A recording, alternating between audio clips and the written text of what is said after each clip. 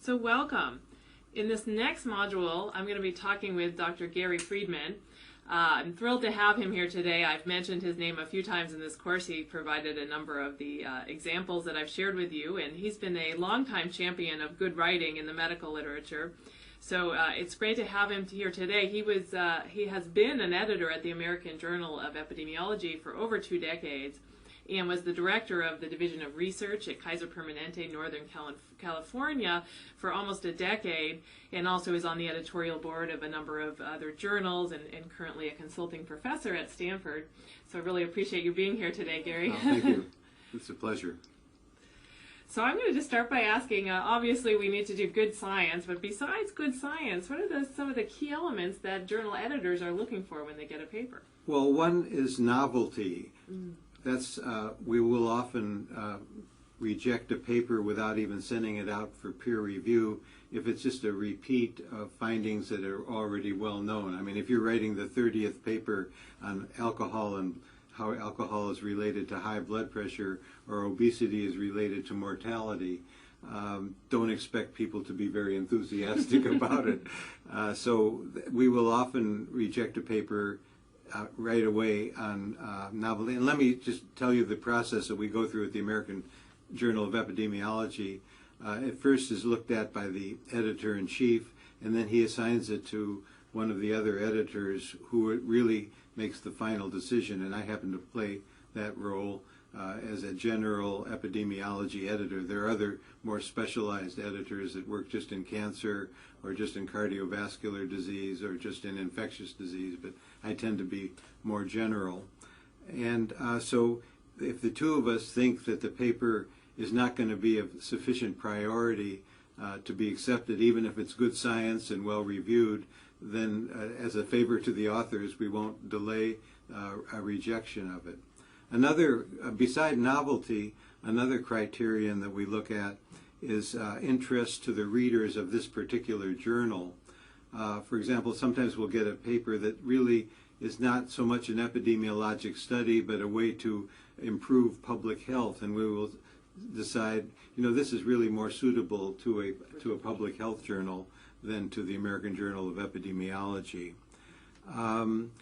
We also look for good writing, and this can be especially a problem with a non-English speaking author. Usually when a paper comes from a foreign country, often the English is really bad and we know it's going to need a lot of work, and we think it's a good study. We will often send it back and say, please have a native English speaker go through this and edit it. And occasionally this comes when a foreign person whose native language is not English, it works in an American institution and submits a paper. So, you know, usually that is not a problem, but it can be. Another factor is that, you know, don't make the paper too long, don't put in too much excess material that's not needed. And another important problem is what we call slicing the salami too thin. Yes, yeah, that would be great for you to say a bit about that. You know, if you have a study that involves both men and women and want to try to get 2 papers out of it, say, here's what this here's the effect of this risk factor in men, and then another paper, here's the effect of this risk factor in women, that is really frowned upon by journals. And my own personal experience is that I had to deal with this as an author. A colleague and I each wrote a paper about health effects of cigar smoking. This was at Kaiser Permanente. His was on cardiovascular disease. Mine was on cancer. I submitted mine to the Annals of Epidemiology. It was accepted. He submitted his to the New England Journal. It was accepted, but they said, you know, do you have something on cancer? So naturally, he was younger and needed publications more than I did. So I sort of fell on my sword, withdrew my paper from the Annals of Epidemiology and combined it with his, and the New England Journal took it. Wow. Yeah. So even I was faced with a salami problem as an author. So those are the main things. Sorting those things out early can be very helpful. And what do you think is, if you had to point to one thing, the #1 mistake that scientists make when submitting their paper for publication? I think it's overconfidence in how important good their study is. You've worked on it really hard, Yeah. and you've done your best to write it up, and you think, and this was a topic or a question that was really important to you, and you think, oh gosh, this is really an important finding, but others may not value it so high. So if it gets rejected due to some factor like that, I would persist. I think it's important to persist and submit it elsewhere, fix it and submit it elsewhere. Yeah, finding the right journal for it might be the key. Right. Yeah. But because you've devoted a year or two to this project and you think it's really important, don't assume that other people will place it as high priority as you do. Yeah, that's a good point. And I have to, of course, ask you to give some advice to authors about writing style, because you've written a number of editorials in the American Journal of Epidemiology dealing with writing. So what advice do you have in terms of the writing? Well, I guess clarity and conciseness are what I would put as the highest priority characteristics of writing. Avoid repetition. Sometimes people will say something in the introduction and then repeat it in the discussion. Avoid that, or they'll say something in the methods section which gets repeated in results. So avoid repetition. Avoid excess verbiage, and I've written editorials about that, which I think you've used in your teaching. Avoid, sometimes people will write a rather long discussion in the introduction of the paper, where it's really the introduction should be brief, say why you did the study and basically what you tried to accomplish, but leave all the discussion, the review of the literature, for the discussion section. Don't try to put too much in the introduction. Some things, certainly you need some background as to why you did the study, which may involve citing some previous literature, but don't go into it in detail. That's in the introduction. And don't repeat numerical data in the text. You'll have a table which has nice numerical data with odds ratios and so on, and then in the results, say table 1 shows the blah blah blah, and the odds ratio was this and that. So avoid repeating that. We will often ask authors, just describe the finding of the table in words, and the reader can see the numerical examples. Good, yeah. So those are my main suggestions. Those are good tips, yeah. And, one of the fears I think that comes up often when I'm teaching a course like this, and has already come up in this class, is a lot of scientists will say to me, well, I've been teaching them to write in simple and concise language, and they'll say, well, if I simplify it too much, I'm going to dumb down the science, it's going to lose precision, and so there's this kind of fear that a lot of scientists have, so I was hoping you could comment on that. Well, I don't think you'll necessarily dumb down the science. And of course, you do want precision and clarity, but I think you should avoid jargon and things that are really hard to understand. George Comstock, who's no longer alive, but he was used to be the editor-in-chief of the American Journal of Epidemiology, used to say that papers should be understandable by someone with a good college education or someone who reads the Scientific American.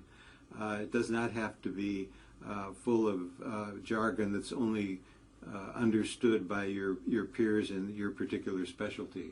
Yeah. So I would, we welcome things that are very readable and easy to read. I would not have that fear at all. Yeah, and in terms of getting published, when you get two papers in, let's say they were the same science, and one was very jargony and sounds sort of the way scientists think they have to write, and you have one that's clear, can you comment on your chances of publication?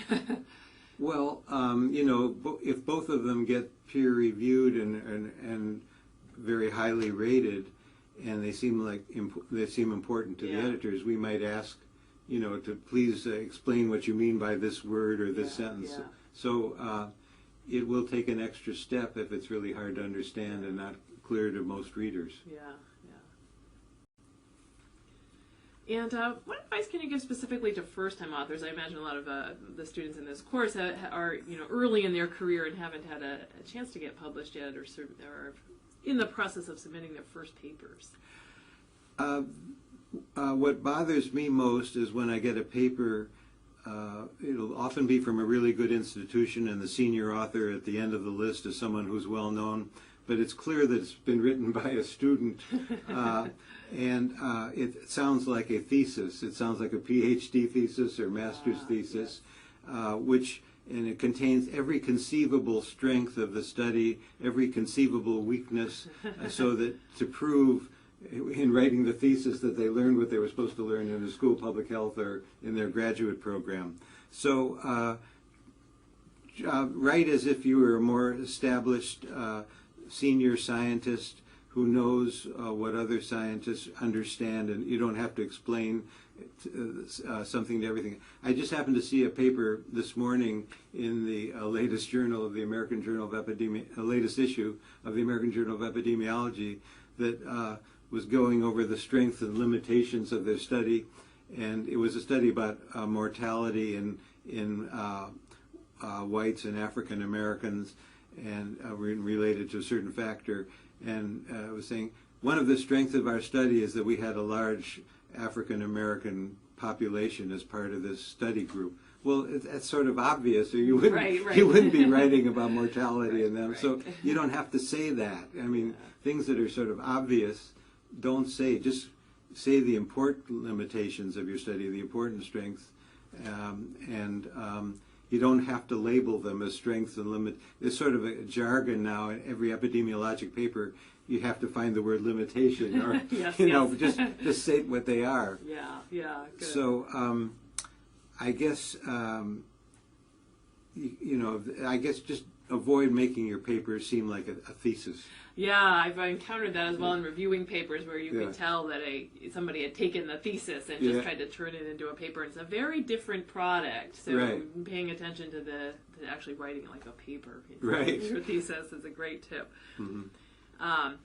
And let's talk a little bit about resubmission. So let's say that you are offered the opportunity, the paper's rejected, but you're offered the opportunity to resubmit with a lot of comments from reviewers. What kinds of tips can you give people who are in that stage of the publication process? Well, first of all, although acceptance of the revision is not guaranteed, and that will say so in the letter, I think you should take that as encouraging. The fact that it got past that first reviewing stage is really a good sign, and you should work hard to improve the paper so that it will get accepted. And first of all, first of all, list each comment that the reviewers make and respond to that. It makes it much easier as an editor to be able to see that the author took into account every comment that both reviewers, or as many reviewers who were involved, made, and the editor will often make comments too, and list them and respond to each one separately. And either whatever the comment says, either fix what the problem is, or explain why you don't think that criticism is valid or important. Explain why you don't want to fix it, and give a good argument for that. And also please show the editor where you made the changes in the manuscript. If someone says, "Well, I just changed the method section to reflect this," that's sort of hard for us to find what exactly you did.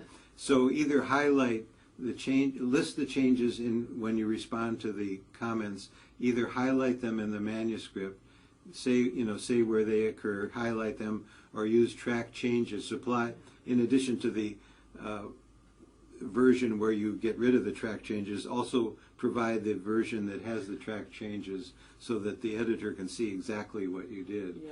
Or sometimes the paper will be sent out for further peer review. Sometimes the peer reviewers have really strong concerns, and I, as an editor, will send it back to them and say, did the author really satisfy your concerns about this? And be polite. You a know, good one, yes.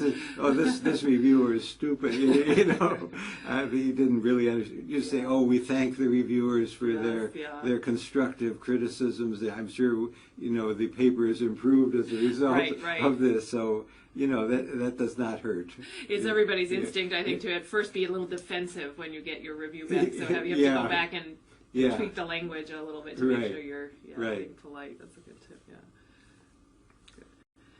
And can you give some words of encouragement for young scientists who might have submitted their first paper and actually got an outright rejection? Can you? What are some words of encouragement? Well, I would just say fix it, and if it's totally rejected by that journal, they're not asking for a resubmission, fix it. Try to respond to the reviewer's comments that you feel are justified, and submit it elsewhere, and persist. As an author, I've had to submit papers to as many as 4 journals till it finally got accepted. So I think persistence is important. Don't take the rejection personally. It's hard not to, and I sometimes do, but you realize that some reviewers may not be very competent, may not really understand what you're doing. This will often happen if you submit an epidemiologic paper and it gets reviewed by a clinician who does not really understand principles of epidemiology. They'll feel that if you write a paper about stroke, if every case was not reviewed by a neurologist, then it's not a valid paper. Right. So, or maybe they're competent, but they just had a bad day and didn't really pay close attention to what you wrote and missed some passages that really would have answered their question. So just realize that reviewers are human. Just like you, just like authors, and that's just the way the system works. Yeah. It's not perfect. And then talking about the system a little bit, what changes do you anticipate are going to occur in the publication process? There's a kind of a lot going on now with the online and open access. Right. Can you say a little bit about what's going to happen in the future? Well, I think you've described it. Less paper, more electronic publications.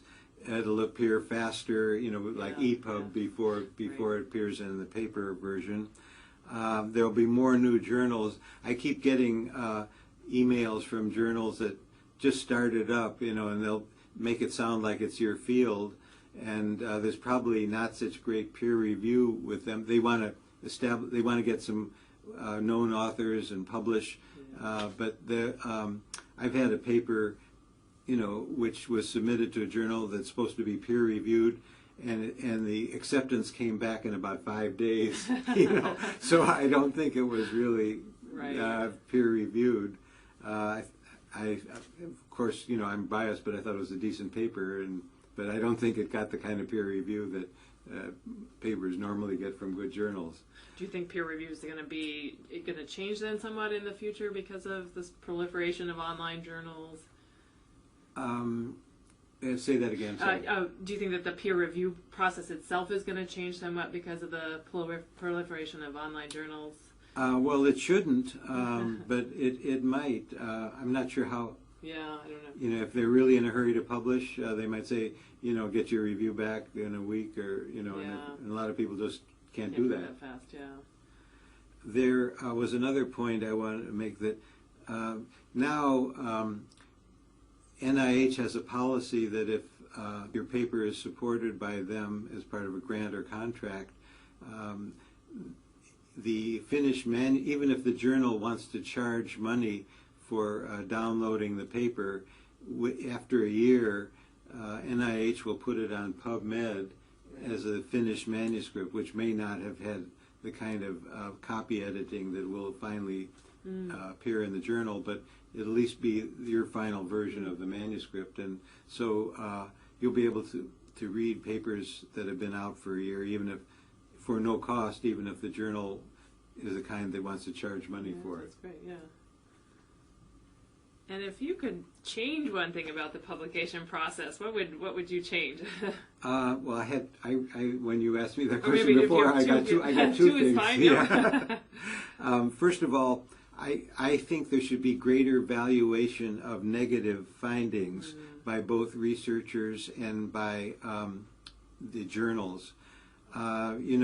when you do studies, you're going to have this great idea that you think something is a cause or prevention of some disease, and you're going to do a study and it's not going to pan out.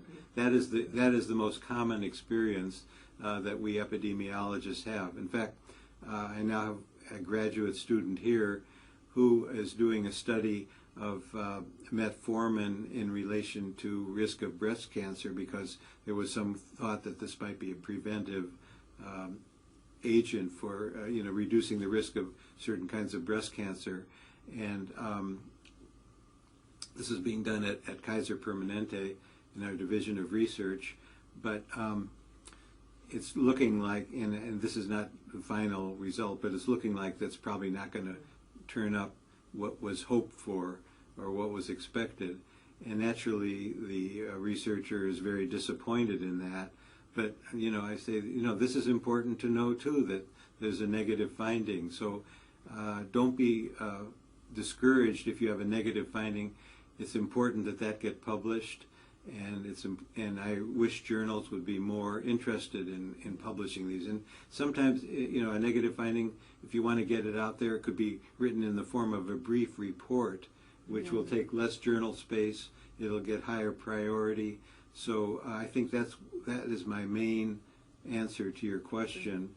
I also wish that there was greater ease in getting peer reviewers to review a paper. Sometimes we have a list at the American Journal of Epidemiology, and I send a particular paper out to people who said this was their specialty or special interest, and out of 10 people who we send it to, only one agreed to review, and we try to get 2, and I was asked, can you make a decision on just the one review, because we can't keep trying to get reviewers. So as a scientist and an author, please accept the responsibility of being a reviewer as well as as an author. And we've had some cases where we've published papers by a certain author, and this author consistently refused to review papers, and naturally they're not well regarded by the editorial staff. So those would be my 2 concerns. Yeah, that's a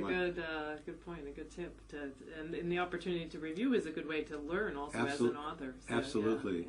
So great. Is there any parting thoughts or tips that you want to offer to the class? No, I think we've covered. Okay. Your questions are so are so good that you've covered everything that I might want to say. Thank you so much for taking the time to speak with us, Gary. You're very welcome.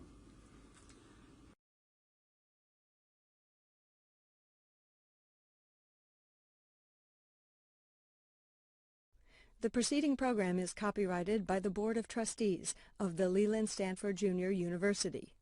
Please visit us at med.stanford.edu.